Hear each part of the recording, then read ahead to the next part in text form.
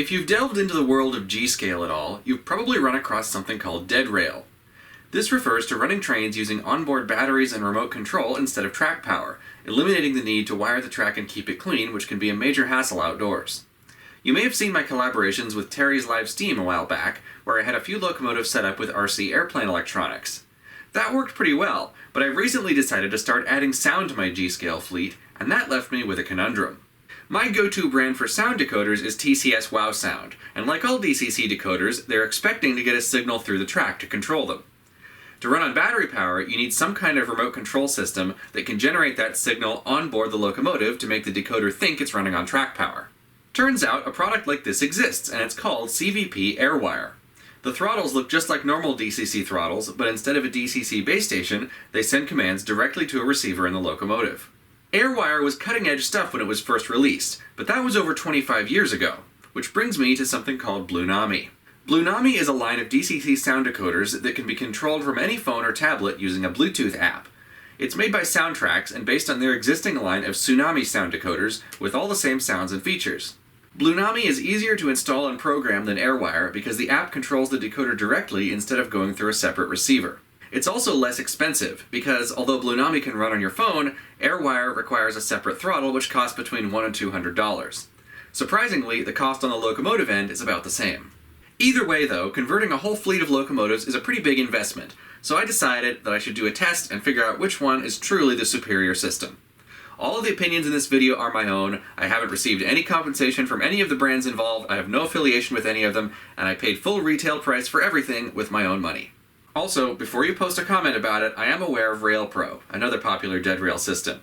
I will not be trying it in this video because it's more expensive than either of these two, and it's already taken me long enough to write and film this, but maybe I'll take a look at it sometime in the future. So this is actually an older, discontinued Airwire throttle. It's very basic. It's just a basic DCC throttle. You got your knob, you got your direction with your indicator lights, and you got your functions. Function 9 puts it in program mode, so you can actually only use the first 8. And there's no screen to really indicate what's going on, so programming with it is kind of a pain. The more expensive, full-featured Airwire throttles have all the features that you'd expect on like a Digitrax or an NCE system.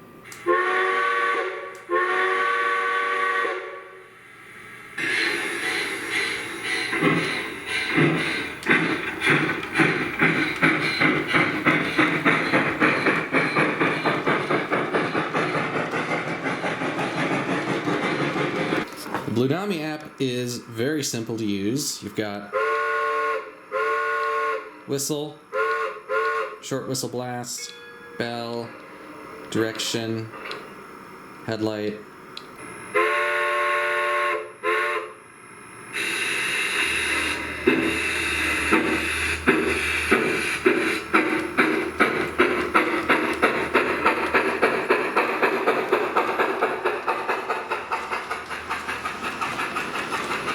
Based on first impressions, they both sound pretty good. Both brands do have multiple sets of chuff sounds you can choose from, so I'm judging here based on overall quality rather than specific sounds.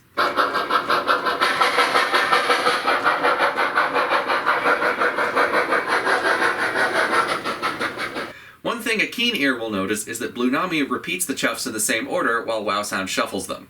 Which one sounds better is entirely up to you. Personally, I think each individual chuff sounds better with Wow Sound, but Blunami does a better job of keeping them synchronized to the speed of the train, so it's kind of a toss-up overall.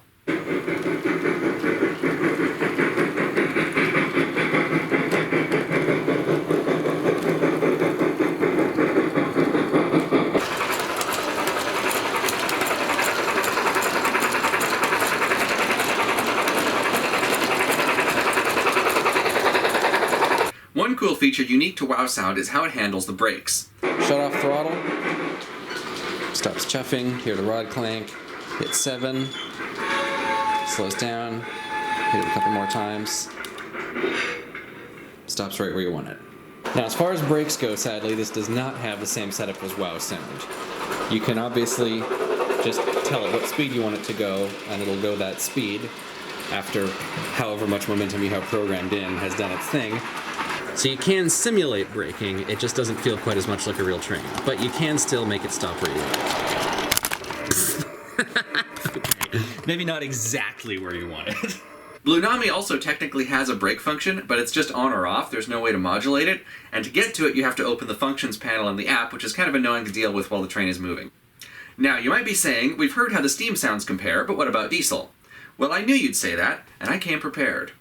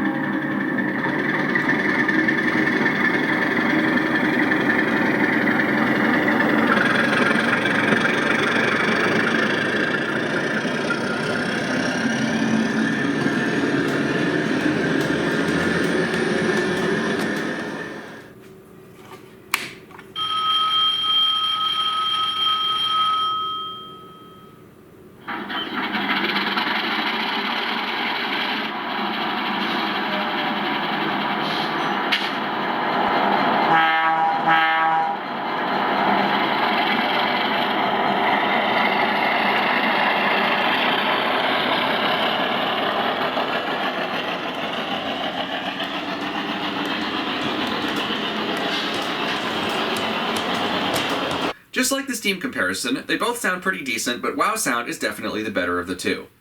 So, you might say, if wow sound is so great and I can use Airwire to run it on battery power, why would I even bother with Blunami? Well, I knew you'd say that too, and there is a reason. And that reason is that there's a pretty big problem, not with wow sound, but with Airwire. With most RC vehicles, the transmitter broadcasts a continuous signal, and if there's a split-second interruption, you probably won't even notice. They're designed like this so they won't run away if they go out of range. The Airwire throttle, on the other hand, only transmits when you're actively moving the knob or pushing a button. The rest of the time, the receiver just keeps doing the last thing it was told to do. This is a problem because lots of things can interfere with a radio signal and prevent it from reaching the train, and if that signal only lasts a tiny fraction of a second, the slightest interference can be enough for it to get completely lost in the sauce.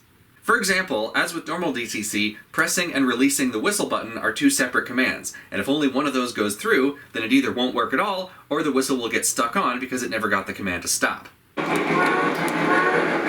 fine. Fine. As soon as it went behind the pots and pans, I'm not touching anything, and it's just whistling. And it'll just keep doing that indefinitely until I hit the button again.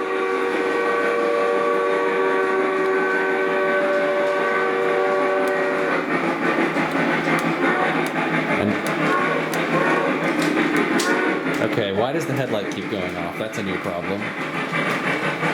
Alright, within line of sight, close to the engine. And there, even sometimes, even when you are close to it, it still does it.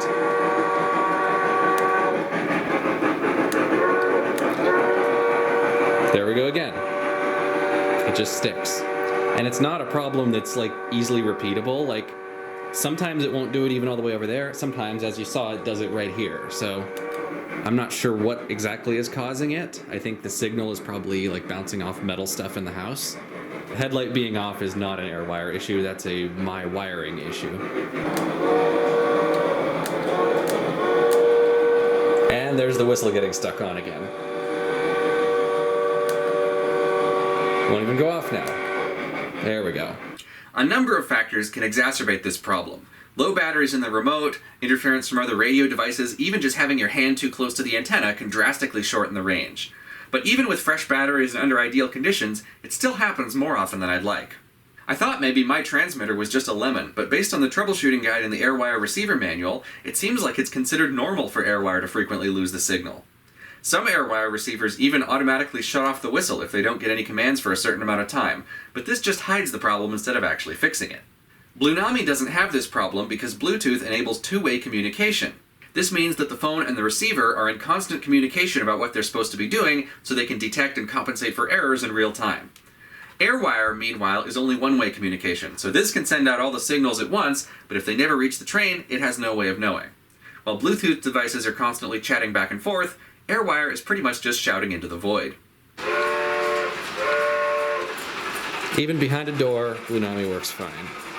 Matter of fact, we'll try it in the exact same conditions that the Airwire remote had issues with the whistle sticking on.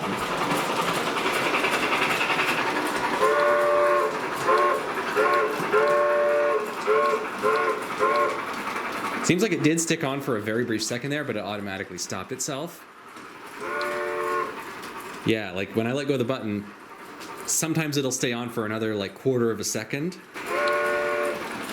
but it doesn't just stay on indefinitely. Now, I don't want to make it seem like Airwire is completely useless. If you have a layout set up where you can walk alongside your train so you're always within a few feet of it, then it works fine, and the whistle issue happens occasionally, but you know, you can't have everything. I also don't want this to seem like an ad for Blunami, because it does have some downsides. The sound quality isn't as crisp and clear as WoW Sound, I've managed to crash the app a couple times by programming too many settings too fast, and I don't love how the brake function works. I wish it had a brake that you could modulate more like WoW Sound. But overall, in terms of a simple and hassle-free user experience, Blunami is literally decades ahead of Airwire, and because Blunami can be updated over time, it's only going to get better. It's also much easier to program settings with Blunami than it is with a normal DCC system, or even with WoW Sound Audio Assist. For all the diesel nerds, I know that this FA1 is actually supposed to have an Alco 244 sound, which thankfully you can select very easily in the app.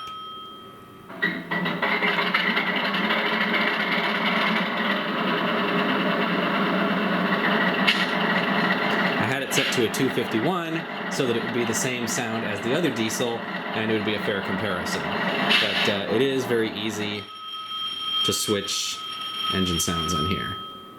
You can set the volume, reverb, even tweak the pitch, adjust the notch rate, bell, all this stuff. See, this is the brilliance of Blunami, is it's so easy to program this stuff. Another cool thing you can do, and I really wish WoW Sound had this, but it doesn't, is you've got an equalizer for the sound. So you can choose presets for different size speakers, or you can make a custom one. I've made one that boosts the bass and the treble and cuts back on the mids, because sound files tend to be very heavy on the mids. If I wanted to turn the treble down,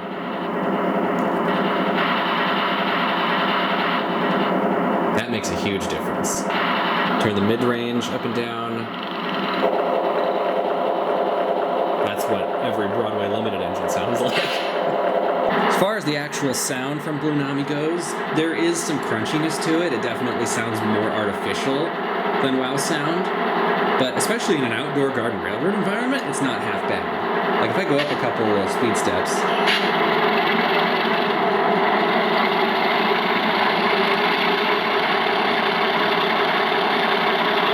for one thing, the low speed performance is great, but also, that does sound like an Alco 251. Before we wrap this up, I just have to take this for a lap with its correct prime mover sound.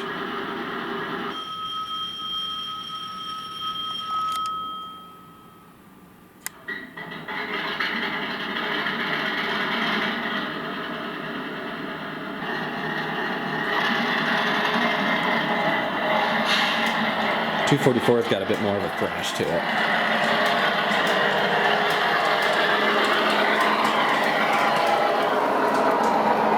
Just for goofs, let's see what TCS's idea of an Alco 244 sounds like. So to program this, you have to go into Audio Assist, so hit 8.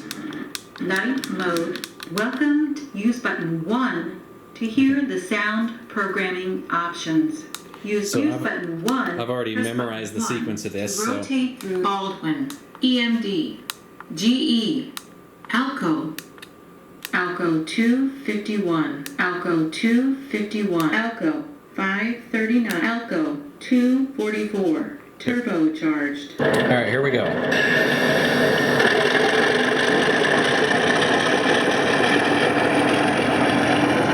Oh, listen to that. That sounds gnarly. So in the end, which system do I prefer? Well, you've probably guessed by now, but it's going to have to be Blunami. Although Airwire has the advantage of being able to use any brand of decoder, the extra cost and complication just isn't worth it when the technology is so outdated and glitchy. I do love WoW Sound, but I think it's better suited to indoor layouts and smaller scales where you can run it on track power and not have to bother with remote control at all. And although Blunami's sound quality isn't quite as good, it's still pretty good, and you'd be hard-pressed to notice the difference, given that G-Scale is usually run in environments with a lot of ambient noise. Anyway, folks, I hope this helps you make your decision, if this happens to be a decision that you're trying to make, and if not, I hope you got some entertainment value out of it. I really wish I'd found a video like this before I spent all this money on both systems, but hopefully this will help somebody else down the line. Speaking of money, I've amassed quite a motley collection of G-Scale engines lately, including some duplicates, and I'm going to be selling some of them soon, so if you're interested, keep an eye on my eBay store. I'll link it in the description. There's a couple of them up on there right now. Anyway folks, that's it for this video. If you'd like to see more, you can subscribe to the channel. I might even start posting new videos more than once a year now that I'm going to start monetizing the channel soon. For now, thanks for watching, and I'll see you next time.